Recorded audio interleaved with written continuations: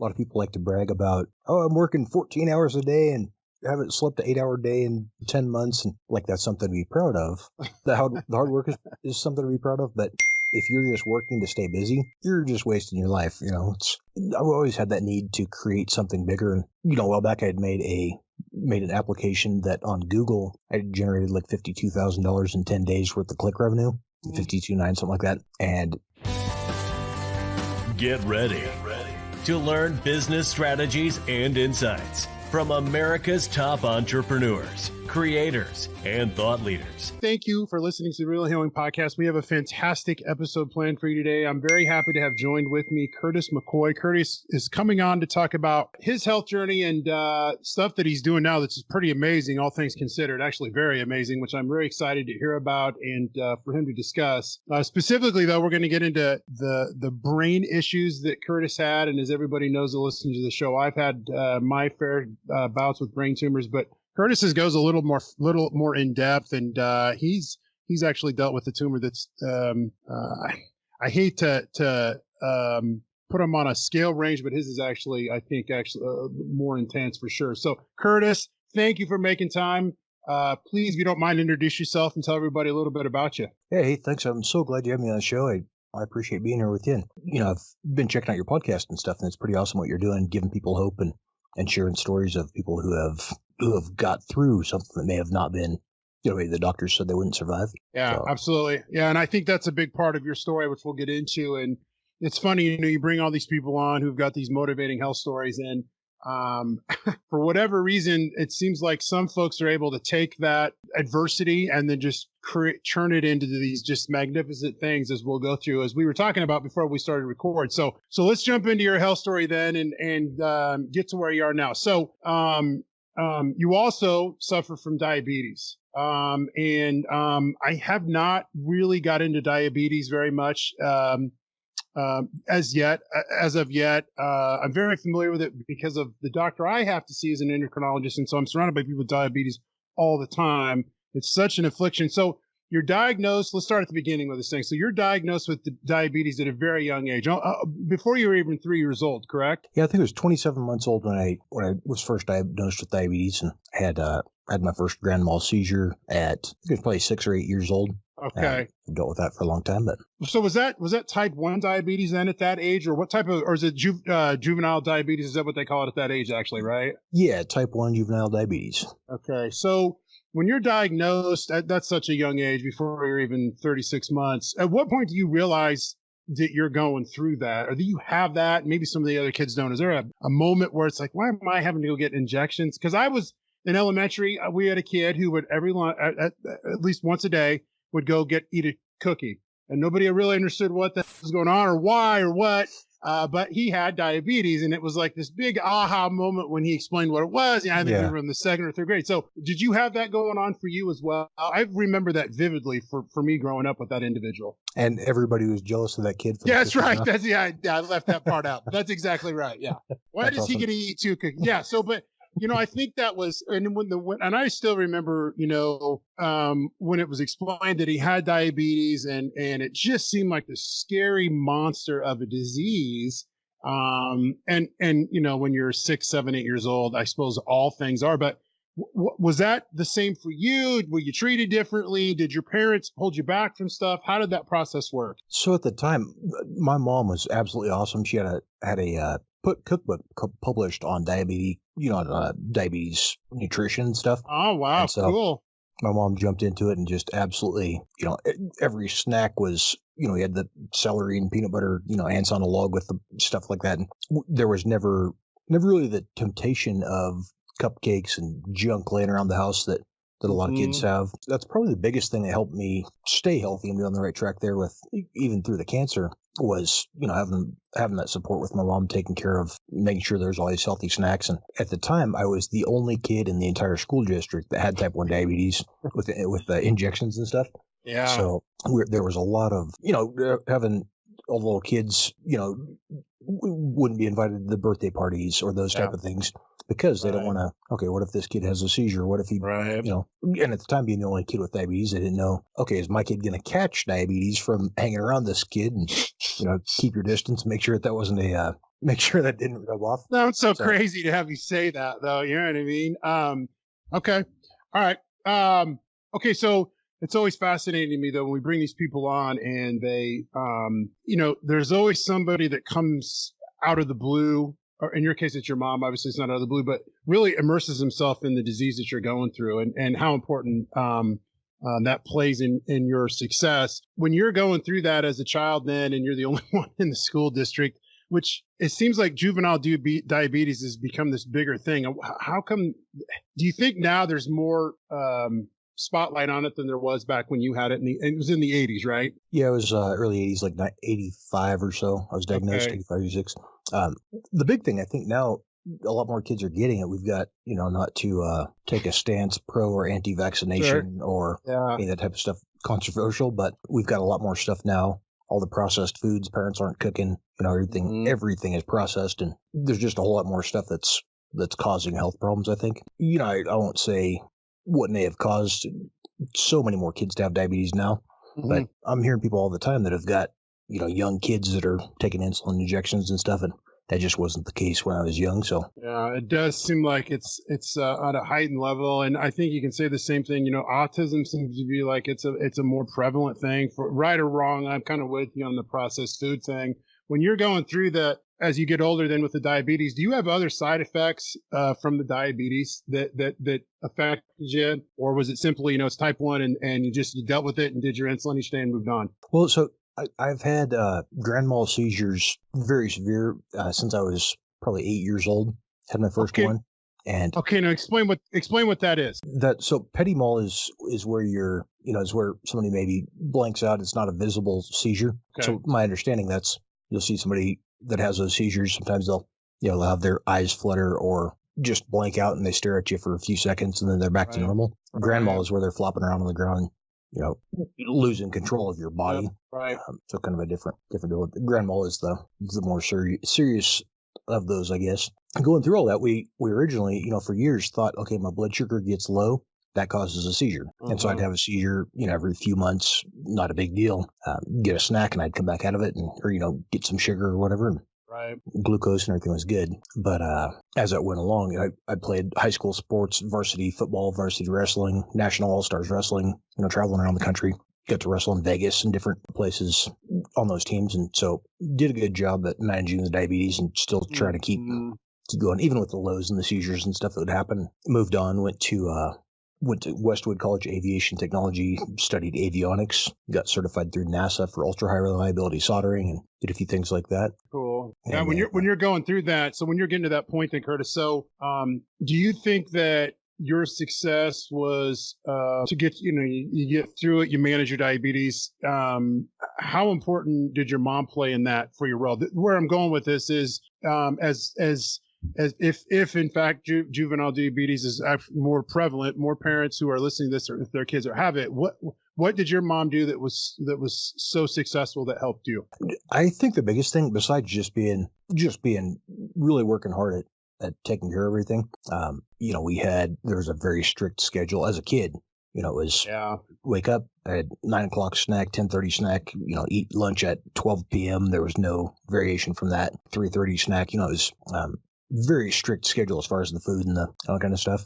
But the biggest thing was just not having the junk in the house that, we didn't have Twinkies and, the Capri Sun kind of, I probably shouldn't have said brand name. We didn't have the packaged junk that causes the blood sugar spikes and other problems like that. So everything was home cooked. Yeah. Healthy Very cool. foods. And so that Yeah. was the big thing there. Yeah. Okay. Very cool. So then you get into college. You deal with the diabetes. Obviously, you're a very intelligent person. You go into avionics. Do you think that strict schedule then helped you carry forward as an adult? I know we haven't got into the biggie thing that you had to go through, but it sounds like even knowing you, how I've talked to you off this podcast, you got a lot going on. And I think that's one of the things where I'm going with this is when you go through these kind of adversity things, it plays out, it pulls out these other powers, or it creates these other powers that other people don't tap into, which is I'm big on, adversity creates opportunity. And it sounds like that's kind of carried forward for you. Do you agree with that statement at all? Not to disagree with the statement, but my view on that is basically you've got a choice. All of us go through something terrible in our life, at least once. And, you talk to people, I talk to people on a daily basis that are either have become very successful or have let that negative thing define their life. And right. I'm always very often impressed by, I would say, I'm always amazed by people that have taken some type of adversity and let that define their life and decided that, oh, I'm a diabetic, or, oh, I've got cancer, I've whatever, and so my life's over. They sulk around and I don't think diabetes made that happen, but right. You either decide, people, growing up, I had I'd say very rough childhood, on the other side. And you either grow up and you say, well, I'm going to be, my dad was an alcoholic. My dad was abusive. That's why I'm the way I am. Right. You either follow in those same footsteps, or you decide, hey, I don't have to be like that. I'm going to step outside the box and learn how to be a better person. And right. So, yeah, very well put. Okay. So you're going through, you get through college. Talk about, so you create this huge forum. Can you kind of explain what that was, which was a health and fitness forum? How that, what put you on that path to start that? What was it? Because then we'll eventually jump forward to what you've done on Facebook, which is amazing in itself with your group. So how did that start? And was that part of your wrestling and the athletic prowess that you were doing at that time? So it actually wasn't. I am constantly running. I don't think I've ever ran less than 3 businesses at a time. Uh-huh. Part of that was just kind of a need to do something to not grow up, not become sure what I grew up with. Yeah. And so I've constantly had some kind of, multiple businesses running. So that's one of the things too. People a lot of times will, they look at something that's successful. Holy cow, you get this forum with 94,000 pages of SEO friendly, or of content that are, driving traffic and a good income source. Mm-hmm. But they didn't see that I've read, at the same time I had 10 or 15 different businesses, a classified ads site competing with Craigslist, those type of things. I had dozens of different, Virtue Clothing was a Christian clothing company I'd launched. So a whole lot of other companies that were losing me a lot of money and a lot of trial and error stuff. And so, right. Somebody goes, oh, you're making 7-8 figures, whatever it is with one business. And they think you're so lucky, but they don't realize that there have been so many crash and burn failures that anybody that looks at those would think you're an idiot for the huge failures. So, and that's a good point. I mean, I haven't gone through this myself here for the last year and a half. The trial and error part of it's a big part that nobody sees in the time we put into it, let alone with multiple business where you're doing that. That's a great point. I do think it's important for everybody out there listening, though. You're a great example of what you've just stated here on several occasions, not letting what surrounds you or how you grew up define who you become. And I do want to touch on real quick, if you don't mind, the statement you said where you were, keeping yourself busy. Is that something that is just part of who you are now? You're just constantly going to be doing something at all the times? Because, I kind of can feel that from you. I think there's a lot of people out there like that. They just don't even know they're doing it. Does that make sense? They're addicted to staying busy, if you will. Yeah, I would say so. But there's a big difference between staying busy and staying productive. Yeah. That's a lot of people like to brag about, oh, I'm working 14 hours a day and, I haven't slept an 8-hour day in, 10 months. And Right. Like that's something to be proud of. The hard work is something to be proud of. But if you're just working to stay busy, you're just wasting your life. You need to take some time to enjoy it and stuff. But I've always had that need to create something bigger. And a while back I had made an application that on Google I generated like $52,000 in 10 days worth of click revenue, 52.9, something like that. But I was still driving a 2003 beat up dented truck that I absolutely hated.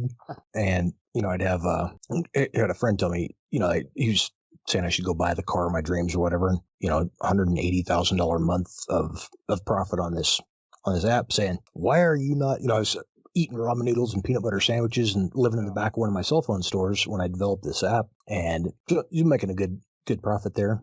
But the friends, all my friends, the girl I was dating, could not understand why I wasn't living it up and going out and buying cars and houses and shoes and clothes and whatever. And I'm still wearing old wear out stuff and driving a 2003 truck. And the Right. only people that knew is, you walk into the local bank and the bank manager comes out and all the tellers stand up and run out. Oh, Mr. McCoy, so nice to see you today. Thank you for being here. Oh, that And happens. The bank tellers really do that. I haven't had that happen yet. I didn't mean to interrupt you, but but friends are going, why aren't you living, people, the few that knew the kind of income I was making, Right. are wondering why I'm driving this old piece of junk truck where the drive shaft had just broke a third time.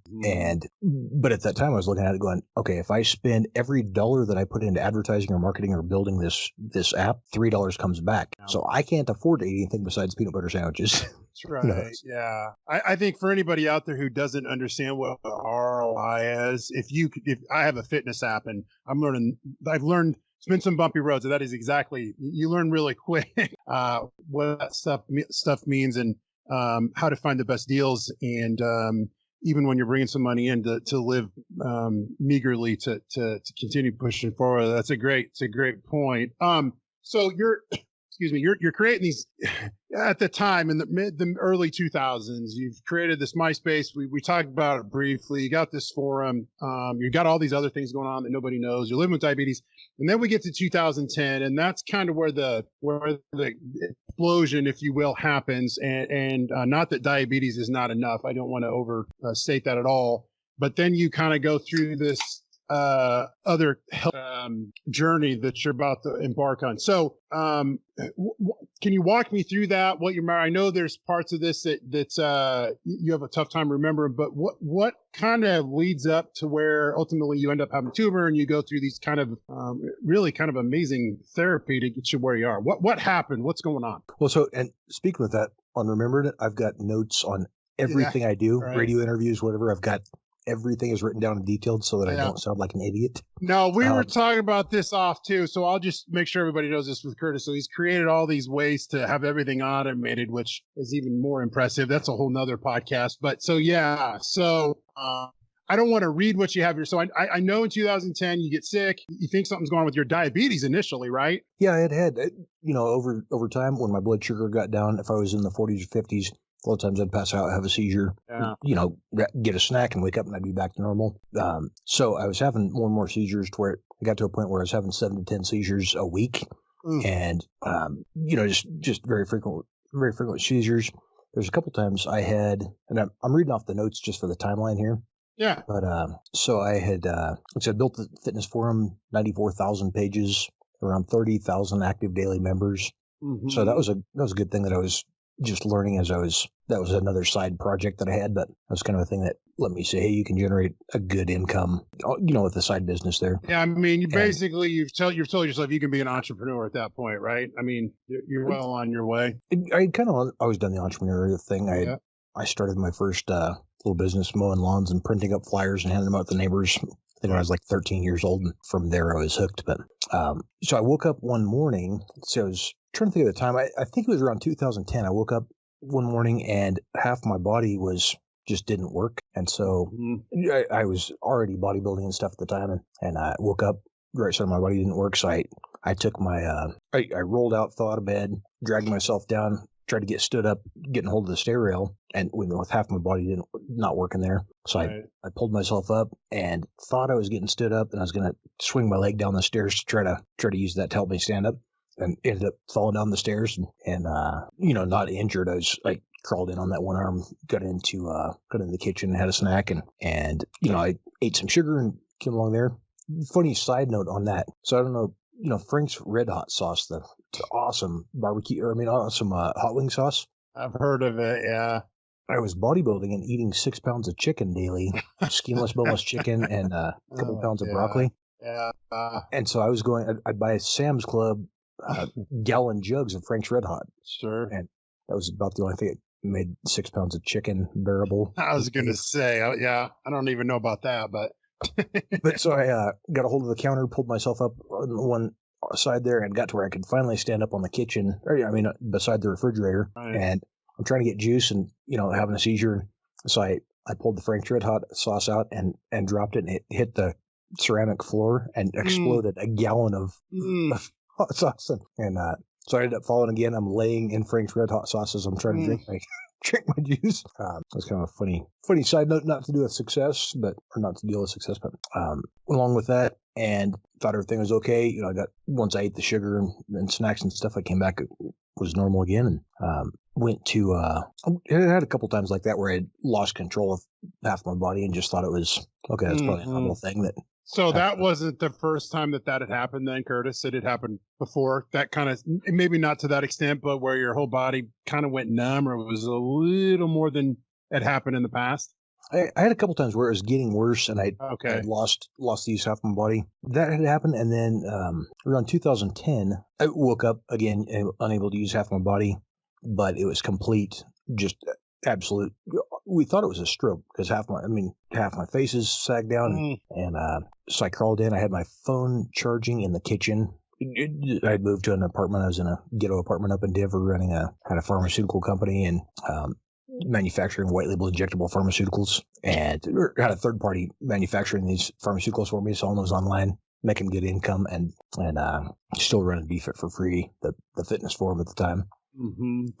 And so woke up and had the seizure and half my body's not working. I crawled in, called my mom, and when I got her on the phone, everything that I tried to say, I was able to dial her number. But as soon as I'd talk, I realized I could not communicate the words that, I had the words in my head. And when I started talking, it wasn't the same words. So I called my mom, said, chicken, pituitary, waffle, phone charger.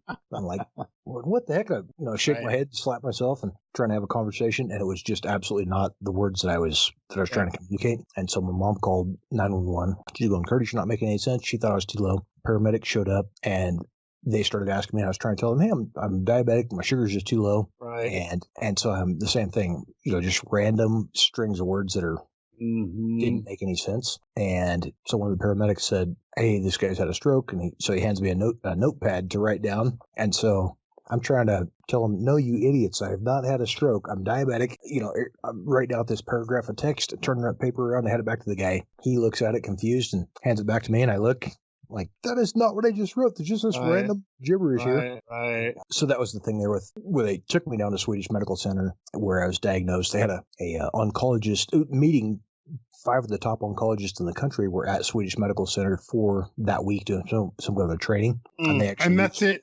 And that's in Denver. I didn't mean to interrupt you, right? But Swedish Medical Center in Denver. Okay. And what are the odds of that happening too? Where they're divine intervention, I guess. Yeah, absolutely. So 5 of the top oncologists in the country there for a convention. They used my case as a case study, where 5 best oncologists in the country are working on it, and decided that I had a malignant glioblastoma brain tumor. And so the doctor came in, and when I woke up in the hospital, I was kind of coming around as, I woke up and I had Carol Simple and Michael Alexander. Carol Simple, I think, was a 6-time Miss Fitness Olympia. Michael Alexander is a 285-pound shredded monster bodybuilder. And I remembered seeing these people in magazines and fitness magazines, but I had no clue that I had met them or any clue why they were in my hospital room. And when I started coming around, they're explaining that we owned a company together and they were distributing these nutritional supplements for me. I didn't realize we had a warehouse. They had just bought a forklift and, shipping supplements all over the country. And I couldn't remember it, but there was also a girl in there that I remember seeing, this beautiful girl around the gym, and I was thinking, man, that's a good looking girl, but had no clue that I had ever had the courage to talk to her, let alone that we'd been dating for however many months. And weird. Yeah, so it's super weird losing that memory and stuff. But so you really don't know, like, you didn't know who they were at all. I mean, you knew who their picture was, but you didn't really know that you had any affiliation with them then, right? Yeah, I didn't know that we had met, or that I had got an autograph, or that we actually owned a business together that was distributing nutritional supplements all over the country. Okay, so your brain tumor then, what's the name of it again? That was called a malignant glioblastoma. Okay, and where was yours located at, or where is that one located at? Where on the back of the head, the side of the head, where was it placed? It was in the I'm trying to remember. I should have, if I knew I was going to be asked. That's all right. That's okay. I mean, are those typically on the side or the back? I can't remember one that time. Or I remember I think it was right frontal lobe. Right frontal. Okay. With fingers. I know they said that it's fingers spread to the genu. Okay. And so whatever that means, it's well, not good, obviously. So you get okay. So after after you want to choke the paramedics, they take you to the hospital. Ultimately, they put you in. I'm assuming they MRI you. They would have to see it. I would. You wake up. Is your mom there? Do you remember who your mom is then? Yeah, I knew who my mom and Okay. my mom and Steve, my stepdad, was Okay. there. Yeah. Oh, actually, no. Let's see. They may not have been married yet, but I remember my mom being there, and I mean, they were. But so doctor comes in, and as I'm coming about, I'm waking up, and there's all these people in my room. Everybody's crying, and the doctor comes in, put his hand on my mom's. Yeah, the doctor come in, put his hand on my mom's shoulder, and told her that there was zero chance of survival. I had 60 to 90 days left to live. At the time, I still couldn't communicate. I had completely lost the ability to speak. And so he's telling my mom, I've got 60 to 90 days to live, and I need to, they've met with the five top oncologists in the country, zero chance of survival. They told my mom need to take this time, and, they were suggesting chemo, radiation, brain surgery. They wanted to open up and take a biopsy, but guaranteed I would not survive past, if they did the surgery and stuff. They said I may have some more months to live, but zero chance to survive, even with chemo, radiation, brain surgery. The 5-year survival rate was 0.00%. And at the time, I also owned a cosmetic medical laser franchise at the time, Bella Medical Laser Center up in Evergreen, Colorado. And, working with some very sharp, pharmaceutical companies, had a doctor with his signature there that, we were treating patients on a cosmetic stuff more than anything actual medical. But we're talking to him and going, hey, there is no chance of survival, absolutely guaranteed. You're going to die if I did the local treatments and stuff. And so my mom suggested taking me to Tijuana, Mexico, the Hoxie Biomedical Center, and doing this alternative treatment that was not FDA approved. And okay, so you talked to the pharmaceutical, your laser company. What happens then? Yes, we got guaranteed zero chance of survival. They told my mom, doctor come in, put his hand on my mom's shoulder, and if I repeat myself, also I've got some short-term memory issues. So yep, it's all good. We'll edit it. It's all good. All right. So doctor come in, put his hand on my mom's shoulder, said needed to take me to Disneyland or whatever, and try to make some memories, because that was our last chance. There wasn't going to be any future there of me making any memories. So if there was a beach vacation or a Disneyland or whatever it was that we were going to do, we needed to make some memories as a family while I was still here. And so my mom decided to take me to Tijuana, Mexico, to the Hoxie Biomedical Center, and the doctors were warning us that that's not FDA approved. That's very unsafe. Mexico's dangerous. They just guaranteed I was going to die. Zero chance of survival. But telling me how dangerous that was, and it was a stupid idea to go to Tijuana because it was dangerous. Yeah, kind of hypocritical in a way. Obviously, very very strange. Okay, so how old were you when you had the tumor? So I was diagnosed, I think it was 2010 when I was diagnosed, and I think I'm 37 now. So that'd been 26 or so. Okay. Pretty young, but. Okay, so you do end up going to Mexico in Tijuana because there's a special treatment down there that may be able to help you, basically. Yep. Okay. So against the doctor's will, who told you have zero chance to live, which makes no sense. So when you're in that moment, then I know you can't talk, but can you still see the doctor telling your mom everything that's going on in that room when you got all these people in there? It's got to be kind of it's sketched in your brain kind of forever, doesn't it? I mean, I would think it would be. I know you have a hard time remembering some of this stuff, but that is such a vivid thing. Well, and here's something I would have done differently now, but woke up, all that's happening. So I start recovering. I regained the ability to speak as I was in the hospital. I lost the ability to speak and have all these problems. In the hospital, I started regaining that. I got to where I could speak again. Everything was okay.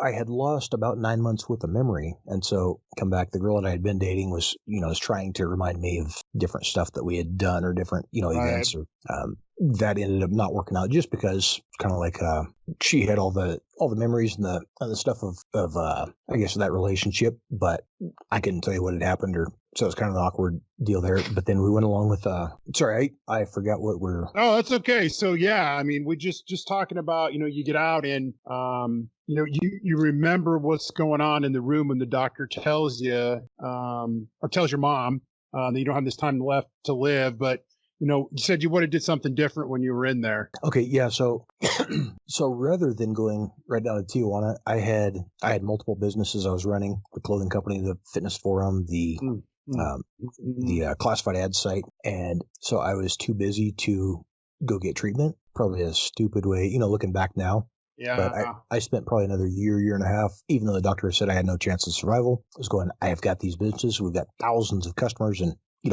30,000 members on the forum.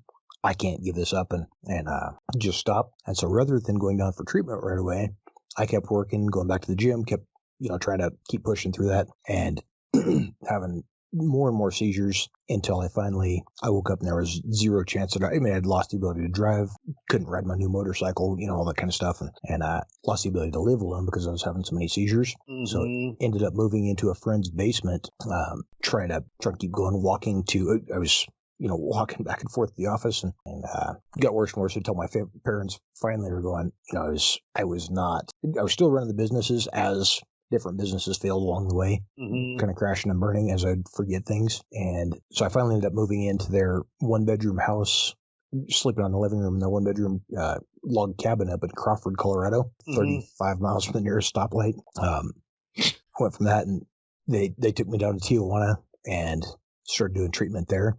Again, still thinking that I was going to die, just maybe it could kind of extend that period out.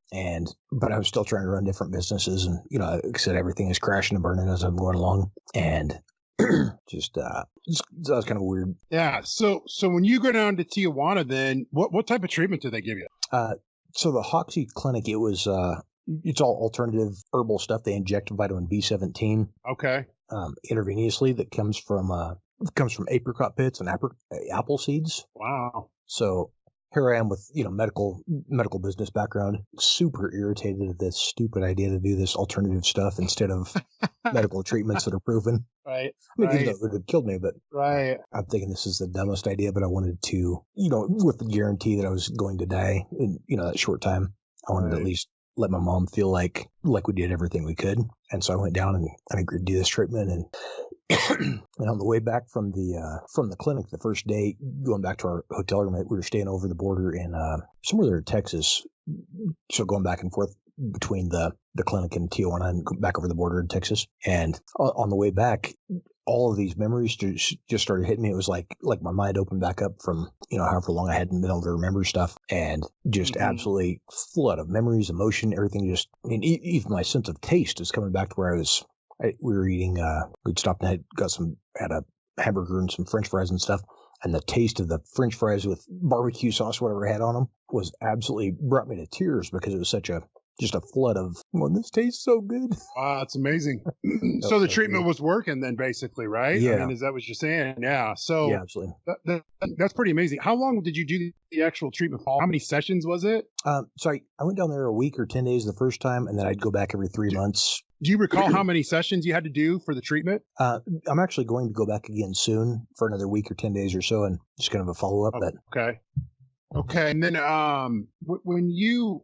what do you go back to the regular doctor then and have them check to see if the tumor's going down, or how did that process work? So I've been back. I did a recent, I've been doing MRIs and CT scans and different things. Sure. Went back and did I couldn't tell you how much later, but I remember the doctor. My sense of time is terrible now, but I had gone back and did another MRI, and the doctor come out and said they were able to see the girl that did the scan, the radiologist, come out and checked and saying she couldn't really see anything, but she'd have their tech look at it. And so when they finally talked to me, they said, well, it's, you can't cure brain cancer. There's no possibility of curing a malignant glioblastoma tumor. So you're definitely not cured, but it looks like the tumor, maybe there's some shadows. They're trying to figure out where it was, looking at the thick piece of there. So that was a good sign that, oh yeah, you can't be cured of cancer, but where was that tumor again? Which side was that? Yeah. Yeah. Very crazy. Well, congratulations on that. That's just, you hear about people trying these alternative things, and case in point, that was almost 10 years ago, Curtis. Pretty amazing stuff. Here you are kicking, going 100 miles an hour. Excuse me. I do want to ask you, So when you're just real quick, when you're in the doctor's office or when you're in the hospital after you have this final breakdown and the doctor says, you only got this certain amount of time left, you went how long then before you went to treatment? Because they gave you 30 to 60 days and you went a whole nother 12 months, right? I'm not actually sure the time frame. I think it was I don't remember much of that time. I think it was a year and a half until I got down to Mexico. Yeah. Because I just, at the time, even like when, I lost half the ability to use my body, and I'm thinking, okay, bodybuilding, and, everything is mind over matter. It's right. You may not be able to push that weight right now, but it's a matter of if you make your mind stronger, and if you force yourself, you might add another 40 pounds to your bench by being able to be mentally strong enough and just push. Yep. And so that was kind of the thing is going, the doctor says I'm going to die, but I'm too busy to die. I've got too much going on here. Right. And, so I just got to kept working out, kept trying to make stuff happen there. And luckily they were not right about the time frame that I had, but it was continually going downhill pretty steadily with increased seizures and different things there. So. Yeah, very, very, very inspiring stuff. So talk to us then about where you are today and what you're doing. So I know you've got this huge, or you have your own podcast, which we can talk about here in a second, but, talk to me about what you started on with your Facebook group. So my mom actually talked to me as I was having the seizures and sleeping on their floor on an air mattress that went flat every night and that kind of stuff. I've always been a very positive person, but I was depressed. I had lost everything. One of the biggest things was the ability to ride my new motorcycle. It was lost the ability to drive, lost the ability to live alone. I'm lost. I had hundreds of friends. We'd walk into sponsoring sporting events at the Denver Coliseum and different things. And so I could send out a mass text message to 600 friends, and you'd have a couple dozen folks show up wearing my company logo T-shirts, and I thought I kind of had the world under control. Right. And walk into a sporting event or at nightclub. Hey guys, let's sit over here, and you have 18 roided out monster bodybuilders following you into sit down. And so at the time, anywhere I went, it was walking to a restaurant and being 252 pounds, lean, veins all over and stuff. It was kind of had a healthy ego. Yeah. And so went from that to sleeping on the floor in my mom's, on a one bedroom cabin. And so my mom talked me into starting my first retail cell phone store. I was running a couple of cell phone stores at the time too in Denver for another guy. And so she started talking me into starting repairing iPhones and that kind of stuff. And I think she did that more than anything just to get my mind off of everything I had lost. Yeah. And I started doing that, and we launched Boss Cellular, our first retail cell phone store back in 2000, I think the end of 2010, maybe 2011, and continued growing that until we launched our nationwide telecommunications company in 2014 and became our own mobile virtual network operator. So actually now it's a service provider that you can sign up on, and customers all over the United States activate phones on Best Cellular. So we started that in 2014, and then in 2016 we completed the acquisition of BestCellular.com, and we're able to take over Best Cellular and merge those two businesses together. And as that's been, like I said, I'm always staying busy. So besides running the telecom company and stuff, I started a little Facebook group and called Success, Motivation, Inspiration, just kind of as a hobby to. Did that and started a blog as I would read inspirational books or motivational books. Every time I'd read a book, I was writing notes in the blog so that I could remember what I wrote with the memory issues. So I started a little Facebook group, and that kept growing. And I think we'd got around 1,000, maybe a couple thousand members. And I got a call one night from a guy that was in the process of committing suicide. He'd called on Facebook, on the Facebook Messenger call. Mm-hmm.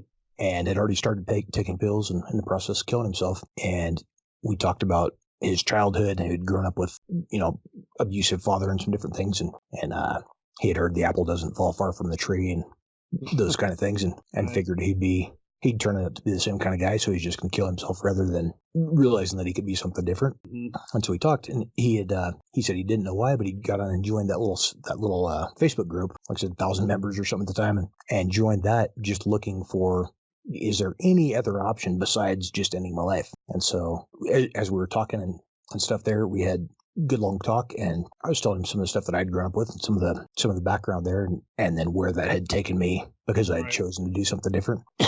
And so that guy ended up not committing suicide. And so that night, we had a couple in a pretty short time frame there. two different individuals who had called on Facebook Messenger, 2:30 in the morning, kind of a call, where they'd kind of lost hope, I guess. Mhm. But during that first one is when I decided this has to be, I've got to turn this little free success group on Facebook into something more, because if it saved one guy's life, that was Yeah, absolutely. something I Pretty needed to cool. invest time in. So Yeah, very cool. So what's the name of the Facebook group? Success, Motivation, and Inspiration. Okay, very cool. So for everybody out there, make sure you check that out. And then let's talk about your podcast. So how'd the podcast come about, and what's the name of it? So the podcast is also Success, Motivation, Inspiration. Okay.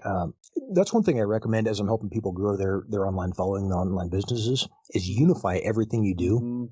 Everything should be connected back. I'm currently writing a 5th book right now called Building a Personal Brand: How to Multiply Your Value. Mhm. But talking about how to leverage and get those groups to grow. And now I've created, one of my groups is adding 300 to 500 new members daily. So that went on. I published my first book called Developing Success, Motivation, and Inspiration. Published that October 19th. I'm looking at notes still here, but Yeah, October 2018. Yep. And then published another one called Learn to Send the Right Message Using Nonverbal Communication, which is a funny book from a guy that lost the ability to speak. How ironic. And then published Become an Excellent Conversationalist the same year. And kind of a cool milestone we just hit. We just reached 50,000 active subscribers on the Success, Motivation, Inspiration group. And earlier this month, I hit got 11,000 followers on the M. Curtis McCoy Facebook page. Yeah, very cool. So 160,000 followers in total now that are watching for the next book to come out and stuff. Yeah, very cool. And that's how you absolutely build a brand. And when you hear these numbers and you think, oh, there's billions of people on, I mean, to get that many followers and to go through that's a very good an awesome accomplishment. It's not as easy as it sounds. I can tell you from experience. So congratulations on what you're doing with that. What made you, how about let's touch on the books real quick. What prompted you to really want to write the books, Curtis? Is that something you'd always wanted to do? Or is it something that came out of the tumor? Or talk to me about that real quick. I'm going to share something with you that is not public knowledge about the books there. Yeah.